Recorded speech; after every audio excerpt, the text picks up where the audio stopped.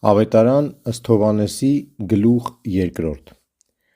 Սրանից հետո Հիսուս Կափառնայում իջավ իր մոր և իր եղբայրների հետ, և այնտեղ մնաց միայն մի քանի օր։ Հրեաների զատիկը մոտ էր, և Հիսուս Երուսաղեմ ելավ։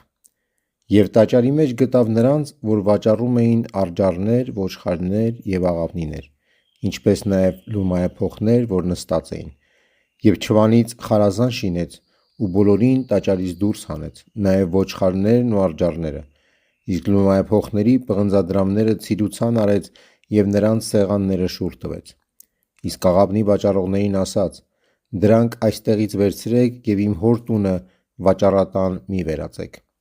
Նրա աշակերտները հետո հիշեցին, որ գրված է. «Քո տան նկատմամբ իմ նախանձախնդրությունը ինձ պիտի ուտի»։ Հրեաները նրան ասացին. «Ի՞նչ նշան ցույց կտաս մեզ, թե իրավունք ունես այդ բանն անելու»։ Պատասխանեց նրանց Հիսուս և ասաց. «Քանդեցեք այդ տաճարը, և 3 օրվա ընթացքում այն կվերականգնեմ»։ Հրեաները նրան ասացին.